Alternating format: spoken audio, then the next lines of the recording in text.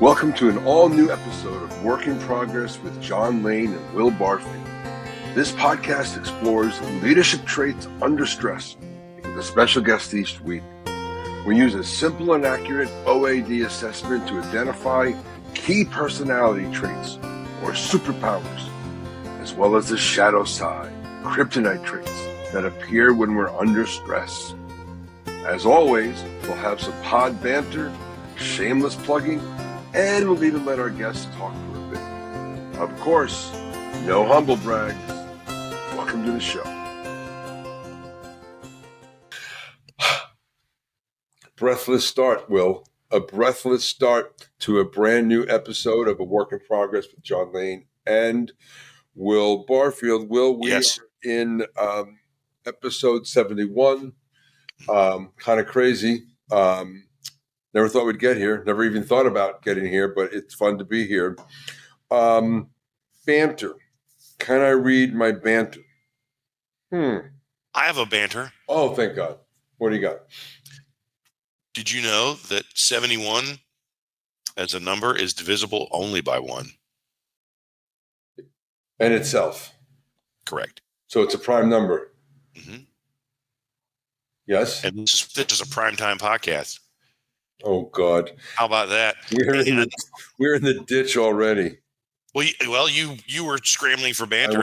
I was. 71 thing out of a. Yeah.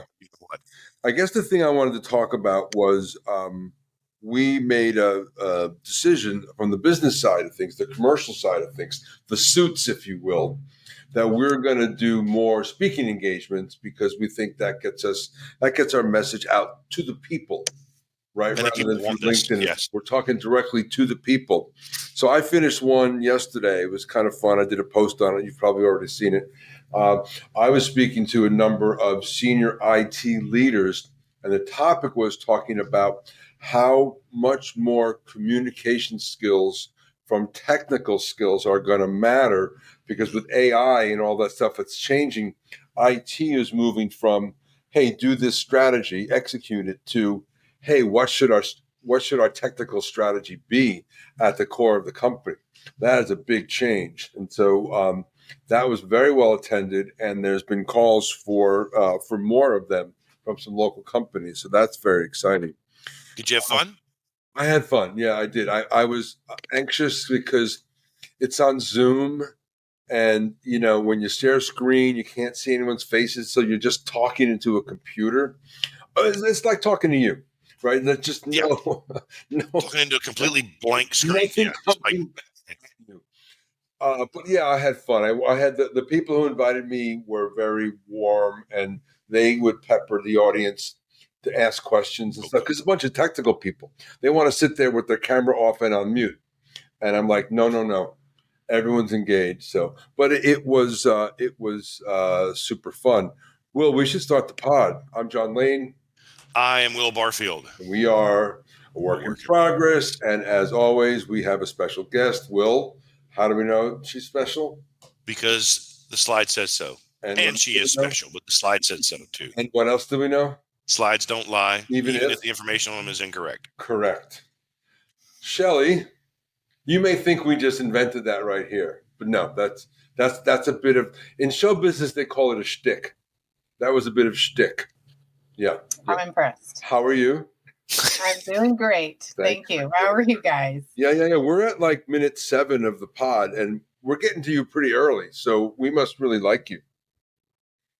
That's awesome. It is. I don't know if I can keep this going, but that's a lot of pressure. But all right. Sure, you can take it as special. Tell our fine audience, the whipsters, as Will called them. Tell us about yourself. Thank you both, Will and John, for having me on the podcast. I'm excited to spend some time with both of you. I am the president and CEO of Inline Consulting Services. I am a communications coach. I do behavioral analysis. I focus on burnout specifically to help organizations understand maybe where that burnout is coming from, if they can prevent it, and how they could potentially get more ROI even from their day-to-day interaction with those employees by using some very, very simple tools. Very nice. And that was well practiced, by the way. You must do that regularly. She's never done that before. That was your first time. Off the cuff. Off the cuff. I love it. I have Hey, how's the weather down in Florida, by the way? What's it like down in St. Petersburg today? So today is 90, and I don't know how, but we were supposed to have a monsoon for the last 4 days. And all of our friends down in South Florida and on the East Coast are the ones getting the full monsoon. And we have been absolutely sunny and beautiful, and I don't know how. Nice. Congrats on that. Yeah, I talked to someone earlier today, a candidate was screening for a role, and she was down in Florida talking about all the rain. So I was wondering if you were getting it. Sounds like you're not. We got lucky. I don't know how. Good. Well, if you guys are finished talking about the weather, we'll move on. Is that okay? Yes, dear. It is so easy to get this group distracted. And it's usually me doing it. Squirrel. Oh my. Will, we have our pointer. So yes, we do. Unless you've watched every episode in our arc, which maybe you have, for many, I would say a year and a half, the software we're in didn't have a pointer. So I had to make a pointer. But now I've got an awesome pointer. It's and gorgeous. I can point out the assessment that we use to unlock your superpowers. And Will's going to tell everybody all about it. Yeah, so we, on this podcast, we're examining leadership traits under stress, Shelly. We're going to get into that here in a minute, but we use the OAD survey to unlock and define your unique superpowers. Highly accurate and extremely easy to administer. You probably experienced that. Eliminate social desirability distortions. There's no multiple choice, no greater than, less than. It's just word selection. And then this is built to the standards of leading international psychological institutions, rating agencies. They're littered across the bottom of that slide there. What that essentially means is that this has been verified, scientifically validated. You can trust the data coming out of this assessment. It wasn't just John making it up in his bedroom. The only thing I'll jump in on here is to argue with your word littered. I spent a lot of time arranging these logos, and they organized. They are not littered. That is art direction at its finest, or something. It's beautiful. Okay, here we go. Whenever we start talking about OAD, we get into the leadership style matrix. This is a simplistic view or rubric. Somebody said I couldn't work rubric into a conversation. Not only have I have it recorded. So I have verification. Yeah. 4 quadrants. We split the world between generalists and specialists. We call that substance. Then we split those between socially oriented and technically oriented. Generalists tend to be venturesome and risk takers, delegators. Specialists tend to be the opposite, more compliant, hands-on. Our socially oriented friends tend to be more persuasive, open, and amiable. Our technically oriented friends tend to be more skeptical, analytical, direct, and straightforward. I am a socially oriented generalist, so I'm in the builder quadrant and am a negotiator. I'm a technically oriented generalist. Architect quadrant, I'm a developer. Yes. So, Shelly, you'll be pleased to know that you are in good company, as you are a socially oriented generalist in the builder quadrant. We have had 71 pods. I'm going to say, Will, more than half have been builders. And of those builders, 3/4 have been negotiators, I would think. It's a very popular place to be. And so she's a negotiator as well, like you? I think so. Let's go check. Yeah, she's a rockin' negotiator. Ask your secret question. So, Shelly, how does it feel to be reduced to a 2-dimensional data table? Well, what I've learned over the years is that there's a lot more data behind those lines than what you just see right there. So I'm excited to dig into this with you guys. Awesome. Well, everyone's assessment comes out in this nice little grid here. We'll just do a little top line. So we have our relative traits: assertiveness, extroversion, patience, and detail orientation. We read it from right to left.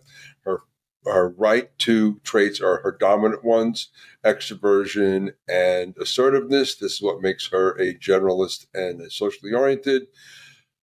We love our friend P and A relationship, because the P and A relationship tell us about somebody's urgency and how comfortable they are with change. When the P is to the left of the A, they're comfortable with both. You, my dear, are extremely comfortable with change and very impatient. You want Very impatient. and that's a driver for you, and that will probably come up in your superpowers, but also in your kryptonite. If my family watches this, they'll say they didn't need a test for that. But yes. Yeah. All right, let's knock out a couple of superpowers. Remember, the system generated these, so they're likely close enough about you, but we'll get into a little more. Will, I'm stepping all over your slide. Sorry about that. It's all right. No problem. There's no territory here belongs to one or another. It's a democracy. Shelly, so builder negotiator, you landed in the upper right. As John said, these are system generated superpowers, but let's talk about one of these maybe that you feel is most accurate, or that family, friends, etc. have brought up about you that really stands out. Is there one you want to double click on here? I think the highly persuasive and outgoing is probably what people would say the most. Yeah, that's your super dominant high E, so that makes sense. Social, amiable, persuasive speaking style. Yeah. Agreed. Yeah, when we were talking a minute ago about, boy, that just like rolled off. Literally, I never practice any of those things because that stuff just kind of comes to me. Like I just think of it in the moment and it rolls. It's nice. Yeah. Now let's get to the other good stuff. Kryptonite, right? So this is about leadership traits under stress, and stress comes either in business or in other settings. Which of these do you feel maybe the one that stands out the most as accurate? Definitely resistance to structured environments. 100%. That's not your thing. No, I've tried to go back to corporate roles, and I'm not a fit for them and they're not a fit for me. So we're really not a good fit. Sometimes when I'm giving talks and stuff, I'll say I am unemployable by corporate life anymore, because I'm too far along to like put up with it. And sure. Corporate life in many ways is putting up with it. So yeah, I hear you. I love that. I bet you have stories. I'm not a very good sheep. That's my issues. Like, don't get me in the line, because I'm going to be the one like dancing, getting a Congo line going the other direction, getting everybody distracted. You're the cattle dog, not the sheep, or the yeah, and I wouldn't necessarily call it sheep. It's more like just the one that just gets in line and does what they're told to do. Yeah. These comments, Shelly, you put together, and would love for you to spend more time on each of these bullets and kind of talk us through the superpower segment here, and why you put virtual pen to paper here and wrote these down. Sure. So the spark in the room was essentially talking about when I go into a room, I do have a higher energy, and people are really comfortable talking to me. And so I've never met a stranger. So literally I walk up and start talking to someone if it's at a networking event.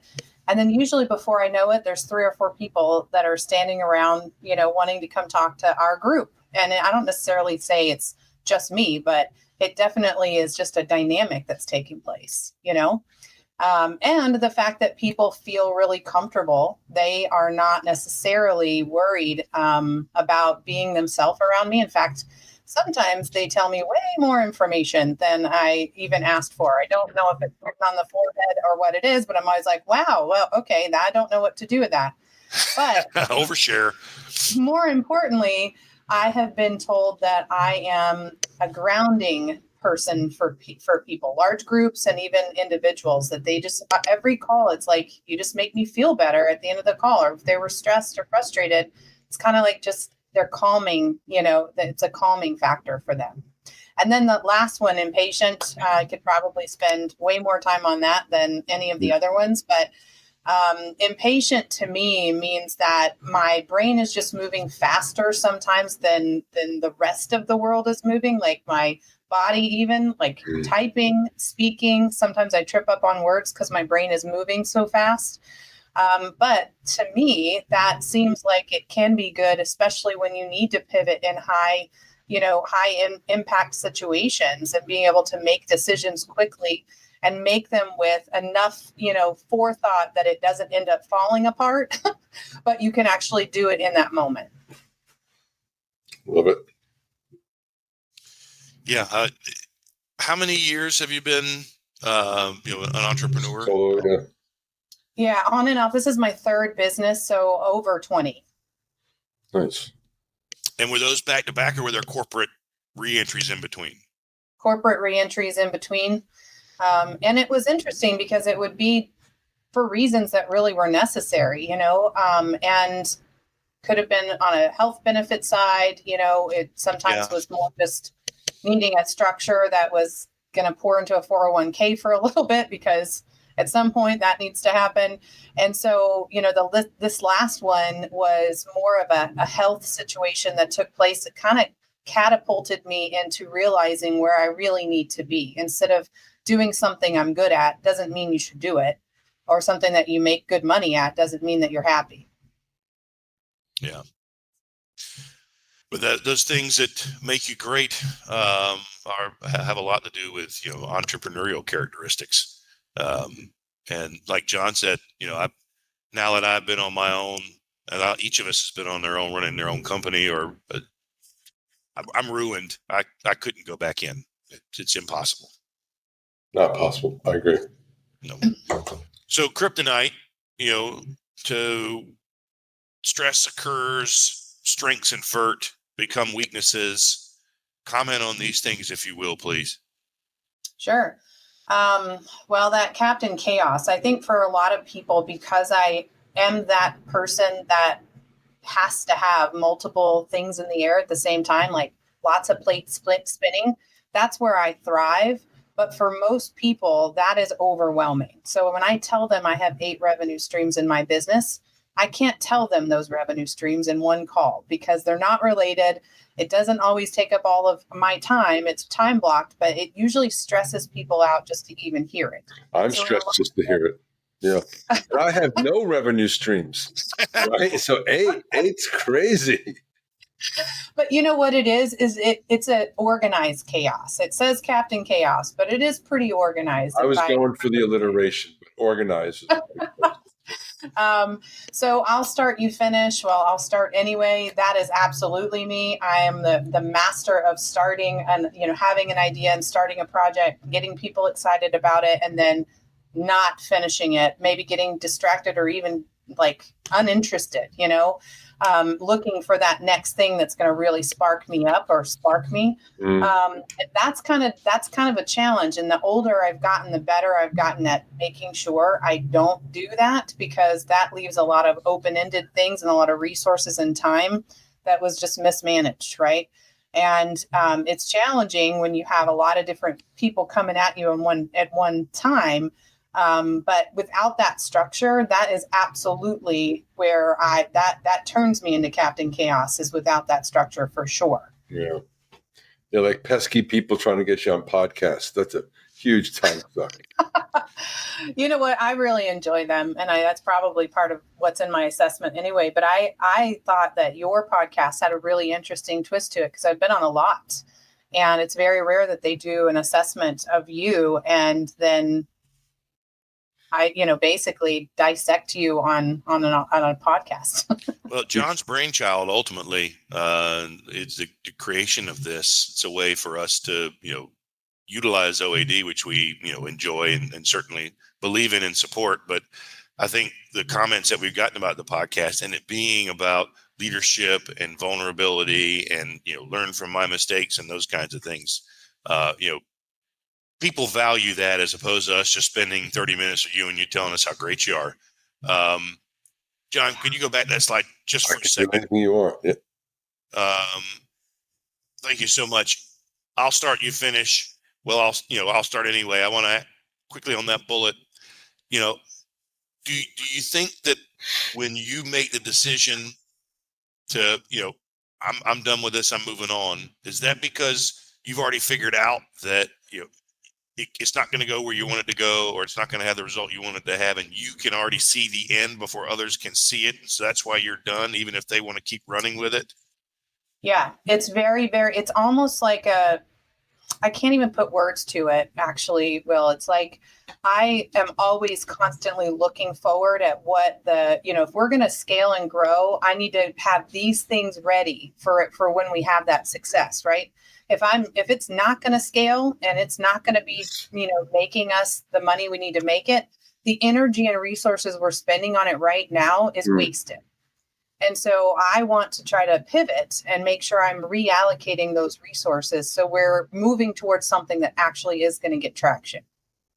Right. And so hopefully the things that have gotten better for you over time with regard to that are actually tying that off neatly, making sure everybody understands why, and nobody's left in the dark or wandering off on their own or wondering why this ended and doesn't feel the closure. Maybe that's where some of your improvement has been. I also think it's important to understand your team's behavioral styles so that you can communicate that in a way that they can hear and understand it, right? And they will receive it in a way that they don't feel like their time's being wasted. But I'm also getting better at learning the ones earlier on in the process that I'm like, oh, wait a second. I remember how this started with another project. That's not going to work for us. And cutting it off sooner, as opposed to getting further down the line and being like, oh, I tried and I pushed too hard and I shouldn't have done that. Got it. Thank you for going back, John. So we did a little bit of this just now, but Shelly, you are one who believes in communication and understanding each other's work styles and looking at myself and getting better. How do you take this exercise with us, the OAD assessment, the results, and then the pre-show work with John and this podcast experience today, and apply what you've learned to some of the stuff that you're doing now? And how do you keep getting better? How can what we've done together be a catalyst for that? I think that it's important to not get stuck in one way of doing things. And so I'm always open to other assessments and other information that can fall out of those assessments. And I think this in particular, it's easily consumable. Like it's easy to consume. I think that's important whenever you're using an assessment. Yes. But also, there's just different ways that the same information can be relayed. And if it's sometimes it just hits you a certain way that actually makes you go, oh, okay, that actually resonated with me, versus I've taken 5 other assessments and they had said something similar, but it wasn't that thing. Do you know what I mean? And so to me, for this assessment, I think understanding that I like using the superpower Kryptonite thing, because I feel like when you tell people like the Kryptonite thing, sometimes if you say, these are the things that you're not good at, or the things that where you don't have like the power, when someone is a leader or in a leadership role, that's a shutdown moment for them. They need to feel that even though the Kryptonite is something they need to be aware of, it can be flipped into a superpower, right? And I think that's one thing I liked about the assessment, was it kind of gave that view of, okay, listen, yes, this is your Kryptonite, and knowing you and being honest is important, but how you use that so that it benefits you and your team is the important part. Very true. Very true. Shelly, we're coming to the end. I can't believe it. One thing we do is we give our guests the opportunity to nominate, big word, a potential future guest. We'd like to offer that to you. Is there somebody you think that would enjoy? Well, let me strike that. Who you think would show up and be honest? I am going to nominate my career coach, Grizel Scarantino, because Grizel is constantly looking at ways to find, ways to communicate different pieces of this to her clients. And I think that you guys would, complement one another, even just knowing each other in your network. So I'm going to nominate Grizel. Great. I will follow up with you after the show, and we'll we'll put Great her through the nomination. process. Yeah. That's really, really kind of you to, and a pro's pro, right? So if she's coaching you, then she's pretty fantastic. I think we just got ourselves some free coaching. Oh yeah, totally. Lord knows we could use it. Oh no, we're over. What a fun time. Thank you so much. I'm John Lane. I'm Will Barfield. Say it with us. We are a work in progress. Beautiful. Thank you, Shelly. That It would be an awesome show. Thank you so much. Bye, everyone. Bye, everyone. Bye-bye. Work in Progress is a podcast presentation of Slipshod Productions. Available on LinkedIn and YouTube. Executive produced and starring John Lane and Will Barfield. Talent booking, production, and editing by John Lane. Thanks for watching. See you next week.